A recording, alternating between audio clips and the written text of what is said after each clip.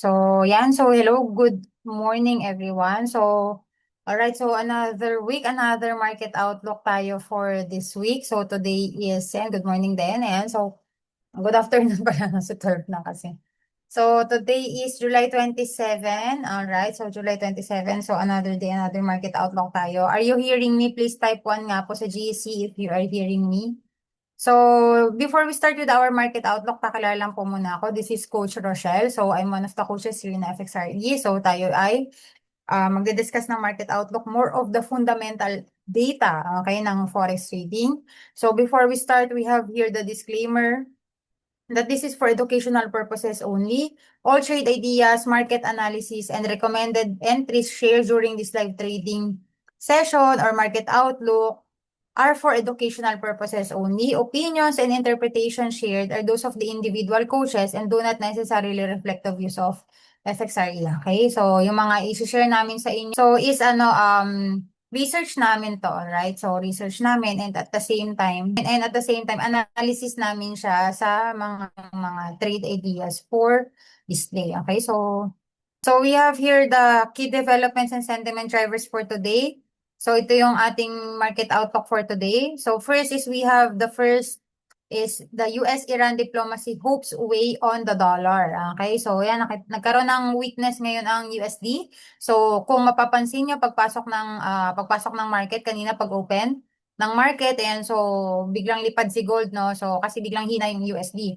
So the US dollar begins the week under pressure. Okay, so as investors react to hopes that the US and Iran may resume diplomatic negotiation. So always nating sinasabi that when there is a war escalation, magkakaroon tayo ng USD strength. Pero kung nagkakaroon ng negotiations or nagkakaroon sila ng peace talks, si USD is magkakaroon ng weakness. Okay? So that's why yun yung nangyayari ngayon. That's why si gold lumipad, no? So the temporary pause, ayan, so though pause pa lang naman siya, inhostilities has reduced immediate geopolitical fears and weakened the US dollar. Okay, so nagkaroon ng weakness for the USD dahil nga sa diplomatic negotiation that is ongoing right now, no? However, the situation remains highly sensitive. Okay, so there with hello, mahina daw yung sounds.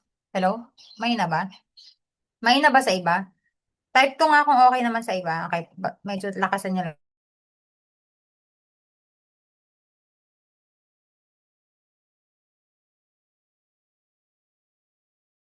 Highly sensitive, any report that negotiations are failing or that military action is restarting could quickly reverse the current market reaction. Of course, kung magkaroon, for example, ng ano na naman, no, nagpalitan na naman sila ng bomba or mga missiles, ganyan, or nagkaroon ng re-escalation or escalation of war, of course, mababaliktad yung sentiment, okay? And it could threaten both the dollar and, of course, the safe haven asset. So, sinasabi natin na ang USD is a safe haven asset, okay? So, and other assets pa, no? So, ano pa ba yung ibang mga safe haven asset? Meron tayong JPY and CHF also. And, of course, gold, okay? So, kasama yan sa safe haven assets. So, second point here is we have the falling oil prices is inflation concerns. The crude oil prices declined as the probability of a major disruption to Middle Eastern energy supplies decreased. Lower oil prices reduce concerns that energy costs will push global inflation higher. So, anong nangyayari ngayon? Ang nangyayari ngayon, mababa yung price ng oil. Ayan. So, syempre, bababa yung presyo ng oil. Bakit? Kasi may ongoing negotiation, no? So, ito na yung hinihintay natin na sana talaga ay matapos na ang war. No? Kasi para bumaba na yung presyo ng gasolina, 'di ba? So, kasi, ano yun, global inflation yan kapag hindi nakakadaan ang mga oil tanks sa strait. Okay? So, pati tayo dito sa Pilipinas, kahit hindi naman tayo kasali sa war, we are being affected because tawag dito, ang oil tanks or the global oil supply, kahit sabihin natin 20% lang naman yung dumadaan sa Strait of Hormuz, of course, it is price benchmark, no? So, kumbaga may benchmark ang presyo ng oil. So, that's why kung hindi nakakadaan, kahit 20% lang yun, lahat tayo affected, okay? So, yun yung nangyayari. So, ngayon, ang nangyayari is, sabi dito, will push, energy cost will push global inflation higher. So, yun yung nangyayari kapag for example, na bumaba yung price ng oil, yan. So, mawawala na yung fear nila. Okay? So, na magkaroon pa ng inflation. So, this has encouraged markets to reduce expectation. Ayan. So, ito na yung expectation na wala nang, kumbaga, dahil sa negotiation that is ongoing right now, walang expectation itong market na magtataas pa ng interest rate ang Fed. So, as we all know, I don't know kung na-browse nyo na, but this week, we will be having our Fed interest rate decision which will be released on Thursday ng 2:00 ng madaling araw kung sa Philippine time. So, 3.75 ang previous, ang forecast would be 3.75. Of course, the actual will vary, no? So, kung ano yung magiging reaction nila dito, kung ano yung magiging final decision nila, and of course, hindi lang kung ano yung reaction or, I mean, hindi lang kung ano yung decision hindi lang kung ano yung rate. Ang tinitingnan dito is kung ah, ano yung magiging speech. Okay, so kung bakit sila pwedeng nag-remain, pwedeng nagtaas, or pwedeng nagbaba. Okay, so yan yung hinihintay ngayon. Ayan, no? Yan yung pinakamalaking high impact news talaga, yung conference, yung press con, no? So, ayan, and then we have here, okay, so ngayon si market daw, meron ng reduced expectation na hindi magtataas. So, ibig sabihin kung 3.75, pwedeng remain the same or pwedeng magbaba ng 25 basis points. So, pwedeng mag 3.5 sila. Possible yon. So far, Fed hike expectations are currently pressuring the US dollar. That's why si USD is bumababa rin. And of course, it is supporting gold. Siyempre, si gold lilipad. Kasi of course, when you are selling the US dollar, of course, you are buying gold, no? So, si XAU. So, we have pulling US Treasury yields lower, of course, bababa interest rate, edi bababa rin yung interest ng mga bonds, no? So, improving overall risk sentiment. So, yan yung nangyayari. And then, third point is we have the Federal Reserve meeting in focus. So, ito yung pinagpo-focusan ngayon ng mga traders, no? So, the Federal Reserve, yan. So, para sa mga bago pa lang sa Forex, so sino ba tong Fed, no? So, yung Fed is the central bank of the US, okay? So, ng USA. So, the Fed will announce its interest rate decision early Thursday. Okay, sabi ko nga sa inyo, 2:00. The policy rate is expected, expected na to remain at 3.75. Kasi yan, kaya expected dahil yun yung nasa forecast, okay? So, yan, 3.75. So, ngayon, alright, making the Fed's guidance and press conference more important. So, ito yung sasabi ko sa inyo. Ang mas importante is the speech. Okay? So, a hawkish Fed message could revive expectations of higher interest rates. Kung for example, yung message or yung tone ni tawag dito ng chairman is hawkish. Ibig sabihin kung hawkish, ibig sabihin may possibility magtaas ng interest rate, it could strengthen the dollar, no? So, ano ba yung usual? Ano ba yung mga pwede niyang sabihin that could boost the US dollar, no? So, ito yung mga statements na pwedeng sabihin niya, inflation remains too high. Okay? So, kung masyadong mataas pa daw yung inflation, of course, they would be staying higher for longer yung interest rate nila. Or pwedeng kumbaga nagpapakita yun ng signs kasi na pwede magtaas sila ng interest rate. Okay, so tapos ano pa, we are not satisfied with the progress. Ayan, so pag hindi daw sila satisfied sa progress ng inflation, pwedeng it is too early to discuss rate cuts. Ayan, so yung mga words na yan yung magpapalipad. Okay, so yan yung magpapalipad sa US dollar. No? So yan yung magpapababa sa gold. Okay, so yun yung possibility. Ano naman yung possibility or yung mga statements na pwede magpa-bearish sa US dollar? Ito naman yung mga magpapalipad sa gold. So, possible na inflation is moving toward our target, no? So, kung ibig sabihin, humihina na yung inflation, so, syempre, kapag humihina ang inflation, ang possibility of the Federal Reserve would be cut rates, okay? So, they would be to cut rates, so, kumbaga magbaba ng interest rate.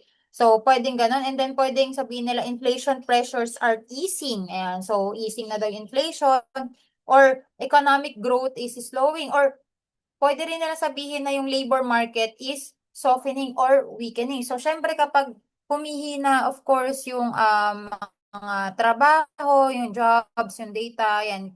Actually, mapapansin mo yan kung mahina yung NFP last time, yung mga CPI, ganyan. So, yun yung possibility na magpa-bearish kay gold, okay? Ay, kay US dollar, okay? Kay US dollar. So, ang possibility of it would be bullish for the gold, okay? So, yun yun. A more cautious or dovish tone, ito dovish. So kapag sinabi nating dovish, there will be a probability and possibility mag-cut rates could extend the USD decline. Ayan, so USD decline, ibig sabihin pwedeng bumaba si USD and provide additional support to gold, of course, kasi ang gold, of course, you are trading the US dollar against gold, no? So, kaya may support kay gold yan. So, buy sa gold and at the same time, buy din sa euro. Okay? So, yan yung mga possible positions na ginagawa natin. Okay? So, natututo po ba tayo? So, naintindihan niyo po ba? Masyado bang mabilis? O nagigets naman? Type nga po sa chat box, learning if you are learning. Please type sa GC, learning if you are learning, para alam ko naman kung nakikinig pa kayo, kumakain na, o ano, anong ginagawa niyo. Diba? So, kasi syempre, of course, no, ang dami kong research dito. Gusto ko natututo kayo. So, gusto natin na, kumbaga, hindi lang kayo basta pumapasok sa financial market. Of course, money are involved, no? So, dapat kayo, natututo kayo. Lalo na dito sa market outlook, it's very, very important. Alam nyo ba that itong fundamental data ang nagpapagalaw sa market? Okay, so kung hindi nyo to alam, kung hindi nyo to, ayaw nyo tong aralin, di ba? Kasi boring, for example, naboboringan ka, ganyan. So, ay good luck na lang sa pagtitrade mo, di ba? So, hindi pwedeng puro technical analysis lang. Sino pa? Wala bang natututo? Konti lang, di ba? So, type nga po learning sa GC if you are learning. Ilan ba kayo dito? 15,000. Okay. So, how about the others? No, so, okay. So, all right. Okay, thank you so much. All right. So, all right. So, thank you. All right. So, yan. Wait lang sandali. Kasi ano. Alright. So, yung importante natututo kayo, no? So, yeah, kailangan ko siya i-screenshot. Okay. So, next is we have the markets await the BOJ and BOE decisions. Now, what is BOJ? Bank of Japan, and of course, BOE is Bank of England. So, the Bank of Japan and of course, the England will also announce monetary policy calendar. Monetary, okay. So, we'll announce also. So, together with the Fed, and so lalabas din ang sa BOJ and BOE. So, check natin sa economic calendar later. Expectations of a more hawkish Bank of Japan. Okay, so more hawkish daw, no? So, ang current rate ng Japan ngayon is nasa 1.0. So, kung taas ang rate of it would for or of course, Japanese yen. So, together with possible intervention concerns, ayan, possible intervention concerns are supporting the Japanese yen. Pag sinabing intervention concerns, if they are trading against the US dollar, of course, ang pwedeng i-sell off yung partner na currency, okay? So, are supporting the Japanese yen. Meanwhile, the British pound, of course, ang pera sa England, okay, the GBP, may experience significant volatility. So of course, kapag may high impact news, expect naman natin lagi na mayroong volatility, no? Depending on the BOE, vote split and policy guidance. So check natin yan later. And then we have here the mixed US PMI data. Ayan, provides limited direction daw, no? So, kasi ang nangyari dito, ang recent na PMI report showed weaker manufacturing activity, weak daw ang manufacturing activity, pero yung services is okay, no? Expansion naman. So, ang nangyayari dyan, kapag lumabas yan sabay ang PMI ng manufacturing at the same time ng services, so, kung contrasting ang data na lumabas, of course, wala masyadong reaction yan sa market. They produce no strong or lasting market reaction. So, of course, kasi parang tug of war. Parang ganun yung nangyayari dyan. So, the market is therefore paying more attention to geopolitical development. So, mas alert ang market sa nangyayari sa pwedeng US-Iran war. Yan. So, yan yung mga yon, geopolitical developments. Inflation expectations.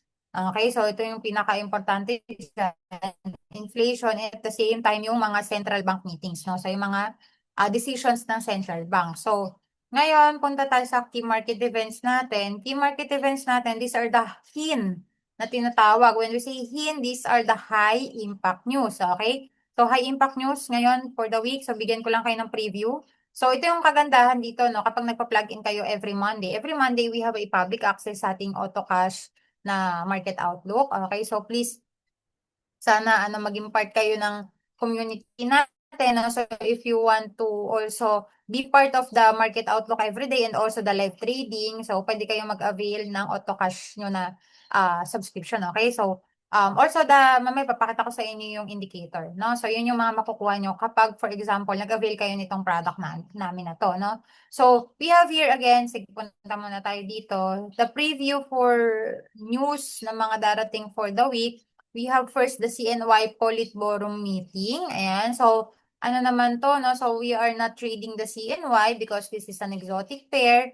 No, so pero it affects greatly kung if you are trading AUD and NZD because AUD, Australia and New Zealand, their number one trading partners is China. Okay, so si China. So pag Politburo, ang dinidiscuss lang naman dyan is yung economic outlook nila. Okay, so ano yung possible na magiging fiscal direction, monetary policy direction nila. So usually yan, ang nagde-decide niyan is yung president. Okay, so yung tawag dito, kung sa Pilipinas, yan yung decision ng presidente natin dito. Okay, so sa China, yan, Politburo meeting ang tawag nila dyan, no? So countries, top decision-making body under the Chinese Communist Party. So, yan yung more on na tinitingnan ng mga traders na nagtitrade ng mga AUD and NCD, no? So, may nagtitrade ba dito ng mga ganong currency? Ayan. So, next is we have 4 p.m. And so, if you are trading those currencies, you really have to research, no? So, kung ano yung nangyari dito sa meeting na to. So, if it will be more of expansion, of course, it will be good for the AUD and NGD. Siyempre, marami silang raw mats na pinapadala doon. So, yung mga raw materials na yun, of course, may possibility magtaas pa, no? Magtaas pa or dumami pa yung demand. Of course, kapag yung demand ng mga items or raw materials na siniship nila papunta sa China, of course, magbo-boost naman yun sa economy nitong Australia and New Zealand. Okay, so yun. So, sana natututo. And then we have also 4 p.m. Sorry wait lang. Bakit pala to Friday, no? Sandali. I-ano ko. Monday yan eh. Ayan no. So, yan. No? So, medyo nag-ano siya. Okay, nag-ano lang, na-glitch lang. Okay, so, we have 4 p.m. ng, mamaya. Okay, so mamaya, we have business climate. Ito naman kay Euro naman to, no? So, lalabas ito kay Germany. Okay, so, when we're talking about kasi kay Euro, actually, papansinin nyo dito, sobrang dami nyo sa Euro. Ayan, no? So, GDP ng Euro, bakit ko siya dami, no? So, makapapansin mo, iba-iba yung France. This is Spain, this is Italy, and Germany.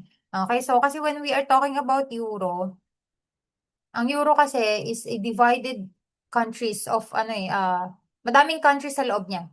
Okay, so nandyan ang pinakatinitingnan lang dyan ng mga news, kaya ito lang din yung lumalabas sa akin dito, though marami pang countries sa loob ng ng Europe, no? So, ang titingnan mo lang dyan, is just, checkan mo lang is France, Italy, Germany, and Spain. The FIGS data are the pinaka-importanting data pag tinitrade mo ang euro. Okay, ang currency na euro. So, bakit ito lang yung kinukuha? Ang daming countries sa loob. Simply because ito yung may pinakamalalaking ekonomiya sa loob ng Europe. Okay, so yan yung mga yon. That's why kung papansinin mo dito, yan, ang dami nilang high impact nyo. So, i-discuss ko ng isang beses lang yan kasi growth rate lang naman yan. GDP lang, okay? So, yan. So, going back here, we have business climate. So, business climate, tinitingnan dito kung ah confident pa ba tong mga negosyante, ayan, sa nangyayari sa ekonomiya ng euro. Okay, so kapag for example na mataas, maganda, o di it will provide support sa euro. When we say support, of course, possible umangat si euro. Okay? So, and then we have consumer confidence. Ito naman, kung dito sa business climate, confidence ng mga tawag dito, negosyante. Dito naman sa CB Consumer Confidence, this is a high impact news, Tuesday 10 p.m. sa US dollar. Okay, so if you are trading gold, of course, kailangan mo tong i-check. So, consumer confidence, importante to kasi tinitingnan dyan kung confident pa ba itong mga consumers sa US, no? So, yung mga mamamayan, yan. So, ano ba sa tingin nila yung nagiging economic outlook ng US? So, sa tingin ba nila growing ba? Yan. So, hindi ba sila takot sa nangyayari sa economy nila ngayon? Ganyan. So, yan. Tinitingnan dyan kung gaano pa ka-confident itong mga American citizens sa kanilang ekonomiya na nangyayari ngayon. Kasi kung for example na confident pa sila, of course, it will boost the US dollar.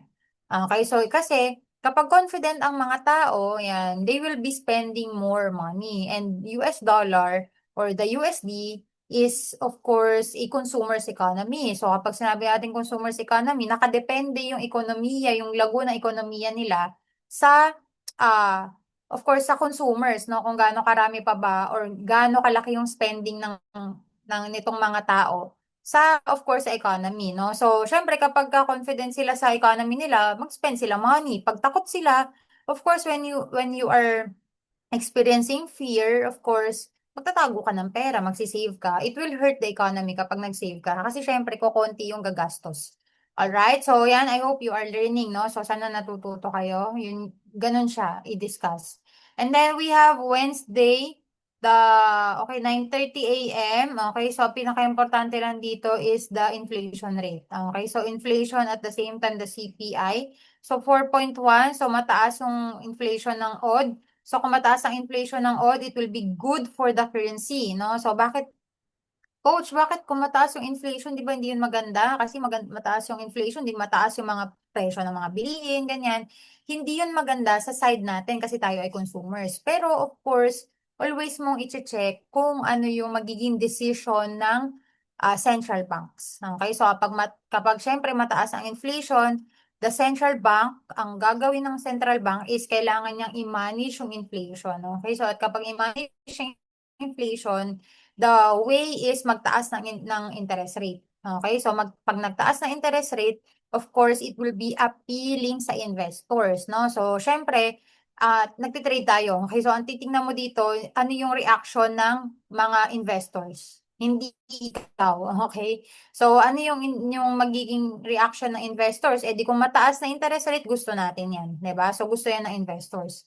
So syempre, papark mo yung pera mo saan mataas yung interest, 'di ba? So, ganun siya. And then we have Thursday. Ganun pala yun, no? So, meron ba mga aha moments, 'di ba? Natututo ba kayo, 'di ba? So, yun siya, okay? So, and then we have Thursday. Okay, so ito na yung pinaka-importanting news for the week. This is the Fed interest rate decision or sa ibang economic calendar, this is Fed fund rate. All right, so 3.75, 3.75. So my forecast in here will be 3.75 pa rin. Yan. So yan yung forecast ko lang naman. No? So tinitingnan natin kung syempre based yan sa kung ano yung nangyayari from the past months, no? So most probably mag-remain the same, pero ang pinakatitingnan talaga dyan is the conference. Ito nga yung sinabi ko sa inyo. Kung meron silang fear sa inflation, of course, ano yan, tawag dito, bullish yan for the dollar. Kapag hindi na sila takot sa inflation, cooling na daw ang inflation, so most probably magbaba na interest rate. Okay? So, or maging bearish yan sa US dollar. Besides, possible magbaba na interest rate. So, pero sa nangyayari over the past months, dahil nga mataas ang oil, of course, possible yan magtaas or mag-remain the same. At pag nag-remain the same pa yan, mataas pa rin yun. Okay, so they will be staying higher for longer, dollar strength pa rin yun. So, possible pala bumaba si gold. Yes, meron pa rin probability and possibility since hindi pa rin naman tapos yung war. Okay, wala pang ceasefire, 'di ba? So, and then we have here, moving forward kay JPY, consumer confidence. Okay, so ayan, nagets nyo na yan sa US, ganyan din.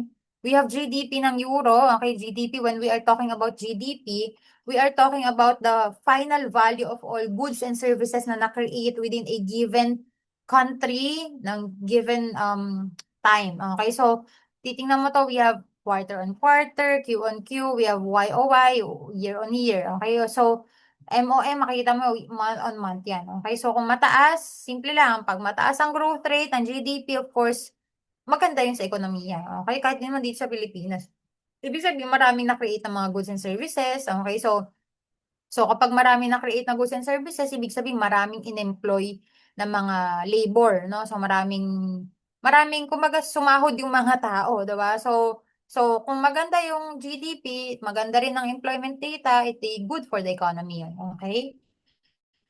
So, syempre kung the other way around, kung mababa ang GDP over kahit dito sa mga previews, ganyan. So, it's not good for the economy. Okay? So, Euro, pag hindi maganda si Euro, of course, edi bababa siya. Diba? So, yan, ganun lang siya i-discuss and then, or intindihin. We have unemployment rate sa Euro also. So, unemployment, hindi gaano karami yung walang trabaho. Okay, so kung mataas, syempre kung mataas ang unemployment rate, edi hindi yun maganda sa currency. We have also the BOE interest rate decision. So lalabas din ito nga yung sinasabi natin kanina, no? Nalalabas ang interest rate this year with the GBP, okay, or the pera sa UK, okay? So, 3.75, 3.75. So, kung magbaba or magtaas, it will definitely affect the BOE, okay, or the GBP, okay? And then we have inflation rate ng euro na naman, alright, inflation, ano pa? USD, okay, so USD, wait tayo, nahanap ko yung BOJ. But sabi meron. Okay, so wala naman siyang nilabas dito, okay? So, okay, ito pala, ito pala, okay, so Friday, no? So, Thursday pa pala tong dinidiscuss natin.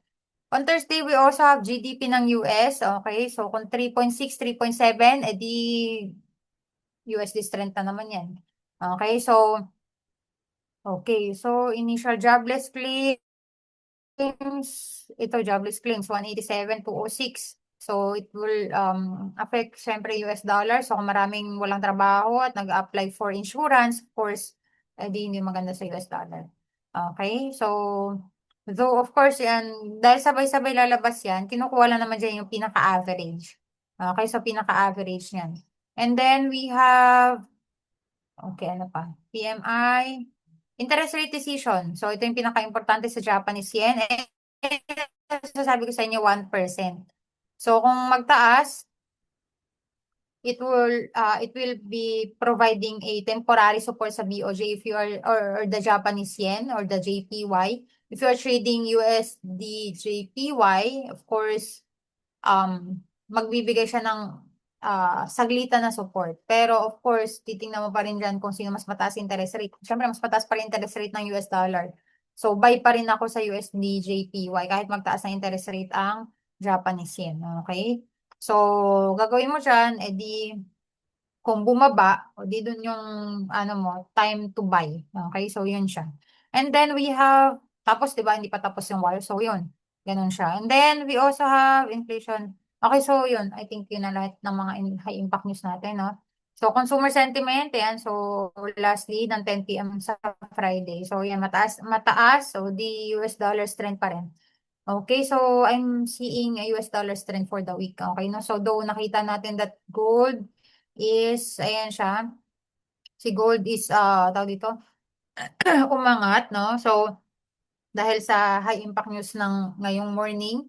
So, pero ayan, sa community ko, I think sinabi ko na dito na sell. Dito pa lang naka-sell na. No? So, saan papunta to si gold? Intraday, pupunta to sa 4,070. Okay? So, TP sa 4,070. Pero wag ka naman mag-sell ngayon, okay? Kasi nasa support. Okay? So, mamaya maghintay ka ng magre-rebound yan, okay? So, mag-pullback yan. Pag pullback, you sell. Okay? So, 4 hours to sa 4 hours sa intraday. Sa scalping, mamaya tingnan natin sa ating, ano tawag dyan, um, indicator. Okay? So, okay, done ako sa key economic events. Punta ako sa asset analysis natin. We have asset analysis. We have USD-JPY first. We have here the bearish to neutral. Okay? So, bearish nga si USD-JPY. Kasi nga, wait, USD. Kasi nga, dahil nga sa news ngayong morning. Okay? So, yan. So, ngayon, ang nangyayari dito kay USDJPY, okay, no? So, historically, pupunta siya sa 164. Dito siya possible pumunta, no? So, I think maabot na niya yan kung maganda ang data sa Thursday, lalagpas pa yan sa 164. Kasi kung tingnan nyo to ano na to, yung USDJPY, yung pagtaas ng USDJPY, saan mo makikita? 1 month. Punta tayo sa 1 month. Oo, ayan o. Titingnan nyo, 2003, never pa niyang inabot ang 164. Okay, tingnan nyo, nakikita nyo to, 2003, 2005, 2007, 163,976. Ayan, so 163,983. Yan. So, possible abutin niya to 164. Okay, so ganyan tumingin. Kaya kung papansin niyo nag-intervene lagi ang JPY or the Bank of Japan kasi nga history na yung nangyari sa USD-JPY yung pagtaas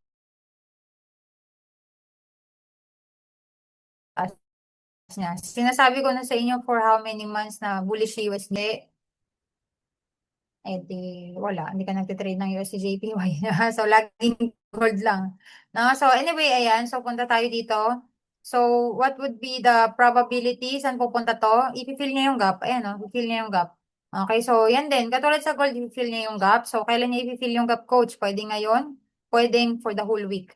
Okay, so yeah, so okay, I think meron ditong ano, nagre-react yung price around this area. So pwede ka na mag-buy siguro dito around this area. So pero kung titingnan natin sa USD/JPY, yung market outlook ko is bearish to neutral, no? Reduced safe haven demand is weighing on the dollar. Lower oil prices are reducing Fed hike expectation. BOJ tightening expectation are supporting the yen, okay? So intervention risks are limiting USD upside, no? So ang nangyari dito, there will be a probability na mag-intervene nga itong Bank of Japan, mag-sell off ng US dollar. So, yun yung ginawa nila nung mga nakaraan, di ba? So, the Fed and the BOJ decision may cause major volatility this week. So, pero as I'm seeing it, si USDJPY, possible niya i-fill in yung gap niyan.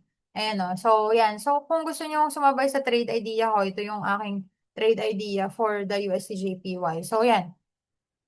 So, ano lang to, maliit lang naman yung risk, no? So, maliit lang din naman yung risk natin. So, mag 1:1 lang tayo. Pero, maganda to kung mataas pa actually, kung around this area. Or kahit 164. No? So, yan yung aking trade idea for the USDJPY. So, ibig sabihin, yes, buy now. Okay, so buy now ako kay USDJPY. So, tapos ito yung aking um, teka, trade idea for the USDJPY. USDJPY, tatype ko dito. JPY. Buy now. I-confirm natin to sa indicator natin. So, leverage, okay. Profit, ito yung profit ko. Ito yung profit level ko. This will be my TP2. Okay, kasi ang TP1 ko yung gap lang muna. Sandali lang. I-ano natin yan. Pero yung SL ko would be, yung SL ko sa ilalim lang ng ano, no, yung current candle, yung pinaka-inabot niya lang. TP1 ko kay USDJPY, ang TP1 ko kay USDJPY, ito lang siya. Okay, so yan yung aking trade idea. Ay, parang tabing.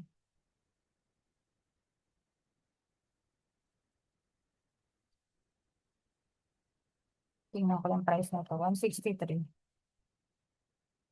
Okay, so yan yung aking trade idea kay USDJPY, nasa GC ha. Okay, so gawin natin, punta tayo sa dito ha, para later ka mag-restart. Okay. So, wait lang ha. Nakikita niyo yung screen ko? Teka, mag-stop share ako para share ko yung buong application. USDJPY. Here. Okay, so ito yung USDJPY natin. So, wait lang, papalit lang ako ng template ko. Okay, so dito sa USDJPY, ako is ano siya, naka 1 hour ako tumitingin, okay? So, around this area, so sa 1 hour, ang probability nito, may probability pa rin naman siyang bumaba. Pero as I'm seeing it, mukhang, ano na to, mukhang i-fill niya yung gap. Okay, so, trading the gap yung strategy na to. Okay, so, walang confirmation dito, no? So, mataas yung risk kung iti-take nyo yung trade na yon. So, and again, it's up to you, no? Kung gusto nyo i-take tong trade na to, though may SL naman tayo, no? So, maliit yung SL and mas malaki naman yung TP natin. Okay, so, alright, so when you are profiting na sa ating trade, of course, you have to move your SL above your entry, no? Para pag nag-reverse man, hindi ka na tamaan, no? Kayo hindi ka mag-loss, alright? So, yan yung aking yan yung aking trade idea for the USDJPY. So, ngayon, punta tayo sa, okay, bearish to neutral. Okay, so bearish to neutral, sell rallies. Of course, ang nadedetect kasi nito yung USD weakness ngayong morning eh. Okay, pero as I'm seeing it, mukhang i-fill naman niya yung gap. So, we have Euro USD, neutral to slightly bullish. Ito may gap din to. Ang laki ng gap ngayong morning ito, pasok. So, ang tawag dito sa strategy na to is trading the gap, no? So, yeah, ito yung trade idea natin last week, no? So, anong nangyari? Hindi siya nag-trigger. I don't know kung may nakasabay dito, pero kung meron, congratulations. Ito yung buy limit ko, sell limit ko nandito sa ilalim, pero tama yung direksyon, no? Talagang tinamaan yung TP sana. So, anyway, ayan, okay. So, in here, ako naman kay Euro USD, sell now ako kay Euro. But sell now, nasa resistance siya. Ito yung mas mataas yung probability kaysa dun sa USD JPY. So, yeah. So, sinasabi ko sa inyo kasi it's up to you kung gusto niyo i-take yung trade. So, ito yung aking trade idea with the Euro. Ang intraday ito ha, ibig sabihin ng intraday hindi to ngayon tatamaan. Pwedeng ngayon, buong araw, pwedeng hanggang tomorrow. Ito nga tinamaan yung forecast ko, Monday ko pa binigay, Thursday pa siya tinamaan. Kasi mabagal galaw nitong mga to, 'di ba? So, alright. So, okay. So, and magano tayo, mag-sell now tayo kay Euro. So, Euro USD. Sell now. Okay. So, ang TP ko would be ito yung TP ko, yung fill mo lang yung gap, TP. Tapos ang SL would be, ito yung SL ko, yung taas lang ng wick. Okay? Ayan. Okay, so kung mag-trade man kayo nito, ilan yung risk? Pag natalo, dun muna tayo sa talo. Of course, again, trading is all about probability and possibility. Okay, wait mali. Ayan, so again, okay. So 11 pips, okay? So kung kung naka 0.1 ka, that will be $11. Okay? So, pero kung manalo naman yung trade, ang panalo mo will be more or less $26. Okay? So, yan, $26. So, yan yung ating trade idea. Parang, definitely parang 1:2, parang ganun, no? So, alright, so yan. Yan, ngayon magandang mag-sell. Bakit, no? So, kasi nasa resistance, no? So, pag nasa resistance ang price, the probability would be possible bumaba yung presyo, di ba? So, yun yung ating forecast, no? So, kay gold naman, ganyan din actually. Naka-trading the gap din ako dyan. So, may gap to eh. Ayan, no? Laki ng gap. Yan, 4,070 yung ano ko dito. So, pag umangat ng kaunti, again, sell high. Okay, no? Sell high. Sa taas ka mag-sell. Hindi yung kung kailan bumaba sa kapag sell, no? Kasi possible, yan ay mag-rebound paangat, no? So, ayan, ang dami na. Sa 4 hours, rejected. Okay, so rejected. So, possible na angatin niya. Possible lang niya ulit i-retest tong area na to. So, kung dito sa area na to, di dun ka mag-sell. Okay, so yan yung possibility na gawin niya. Pero dalawa na yung rejection, most probably puntahan na niya tong gap. Okay, so again, sell ka later kapag nag-pullback. Okay, so wag mo na ngayon. Tingnan na natin sa intraday ha, pero titingnan natin yung ating wait lang. Sorry, masyado ako atang nagmamadali. Ito sa euro. Ito na. Ayan o. Sa euro, nagpapasell din yung indicator. Ayan. So, ito yung maganda. Kasi, ano siya, ito yung sasabi ko sa inyo, mataas ang probability dahil nga may resistance. May resistance sa taas, tas may dot pa dito sa 1 hour. So, dot dito. So, ibig sabihin, nagpapasell na nga itong sa Euro USD natin. Ang TP1 mo, pwede ka mag TP1 dito sa midline. Okay, so TP1, patas TP2 mo dito. Check ko yung price na binigay ko, awit. Yung price na binigay ko, 1.137. 1.137. Dito pa nga, okay. Dito banda. Tama ba ako? Okay. No, so, hindi ko makita kasi dito yung tool ko eh. Yan. So anyway, sige yan. So basta ang gawin nyo, 1.38, 1.36. Yan. So ang TP ko nga, around this dito lang, around TP2 lang. Okay, so around dito lang yung TP ko, around TP2. So, yeah, it's up to you. Mataas yung probability ng TP1. So, maganda i-trade nyo yan kasi nagpapasell din sa indicator. Okay, so again, mataas yung probability ng Euro USD natin na binigay na trade idea. Kasi confluence natin itong ating indicator. Di ba, nag-fundamental analysis tayo, kumbaga, inanalyze natin yung market. So, tiningnan din natin yung technical, nasa resistance siya sa 4 hours. So, ngayon, pagpunta natin dito sa 1 hour candle ng ating indicator, itong indicator na to, yung confluence talaga natin sa trading, no? So, malaki yung probability and possibility nito, lalo na kapag mataas yung time frame H1 sa USD. Ganito ko siya ginagamit. Sa Euro USD at the same time sa USD JPY. Naka H1 both. Okay, sa gold naman, 15 minutes kasi ito yung sa backtest nito, ito yung may pinakamalaking win rate. Okay? So, yon, all right. So, yeah, yan yung aking trade idea with the USD JPY Euro. Okay, ba't parang hindi ko magalaw ito? Wait lang.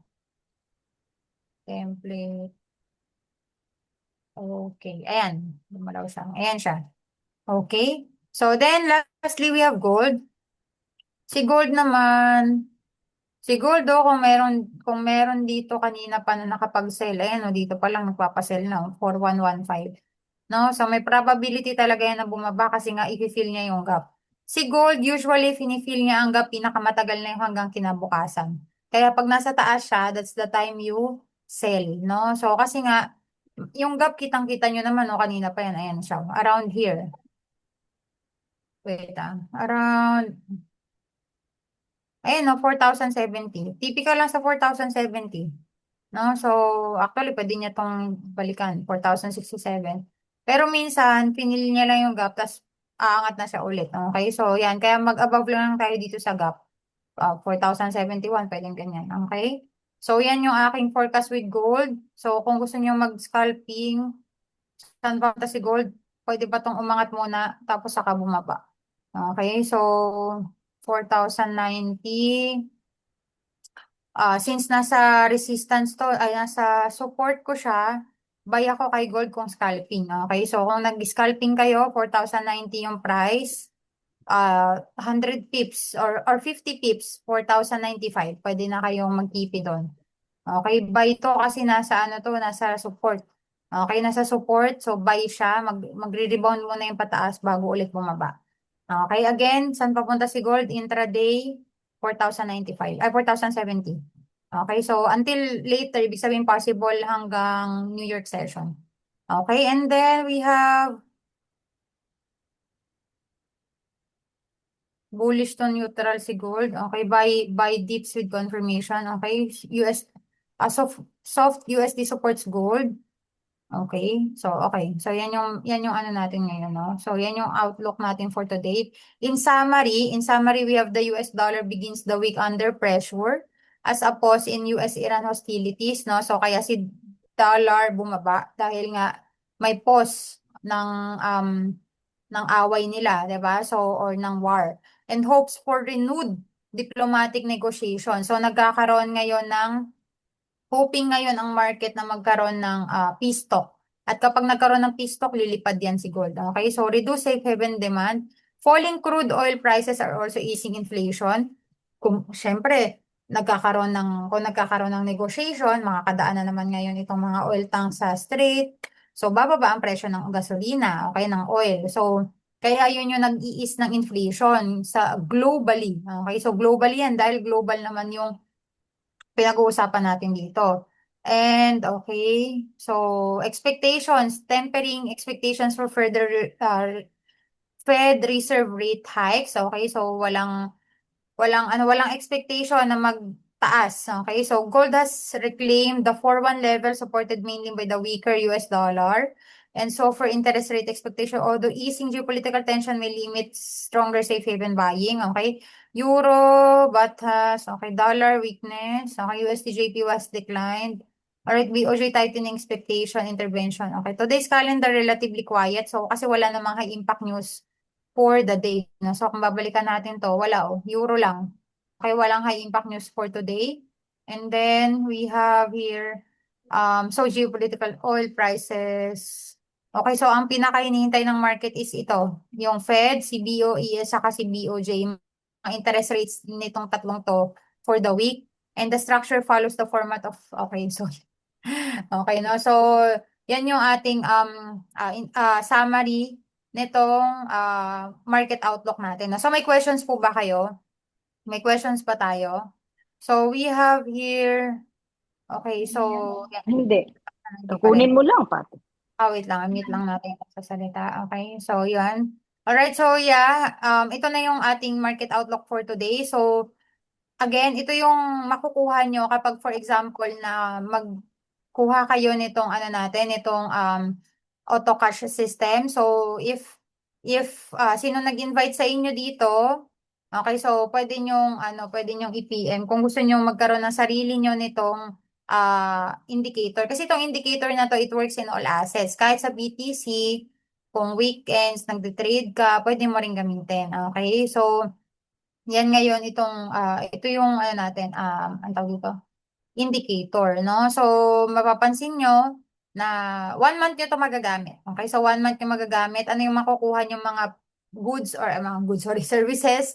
Now, we have here itong indicator. Yung market outlook natin, may digital market outlook tayo Tuesday to Thursday. Monday and Friday naka-live. And then we have tawag dito, live trading every Mondays to Fridays, 7:50 ng gabi. So before mag-open ang New York session, pwede na kayong mag-log in. So, before pumasok sa market, ang ginagawa is, dinidiscuss muna nito nila Coach Jason, Coach Jade, kung bakit magbabuy, kung bakit magsisell sa live trading. So, kumbaga matututo rin kayo talaga ng technical analysis, no? So, if you want it. So, yun, ano pa? Ah, ano pang ano nyo, may coaching session yun also, nakita nyo naman kanina, di ba, na kung mag-avail kayo ngayon, may free pa na additional two coaching session. So kami rin yung magtuturo sa inyo. If shy kang magtanong dito ng questions, pwede kang mag-book ng coaching session. So yeah, so ano pa, meron pa kayong question. So how much is itong 5499 siya. Okay, so 5499. So if you want to avail this, pwede nyong message yung tao na nag-send sa inyo ng link, okay, nitong Zoom, paano ka nakapasok dito. Or please contact the support. Kung sa FXRE nyo nakita, please contact the support. Nandito yung kanilang link ng Facebook. Ayan o, yung page. Okay. So, yeah, may questions pa po ba kayo? Pwede nyo i-type sa GC yung mga questions nyo. So, kung wala na kayong questions, pwede kayong mag-plug in ulit later sa ating live trading session, 7:50 mamayang gabi. Okay, so hintayin nyo yung link ulit. Okay, so ng live trading session natin via Zoom. Kung gusto nyo sumabay sa live trading, so you can do so. No? So, may questions pa po ba kayo? Ayan. So, kung wala na kayong questions, thank you so much sa mga nag-plug in. And see you later sa ating live trading. God bless po everyone. This is again Coach Rochelle. And happy Monday everyone. God bless po. Bye. Ayan.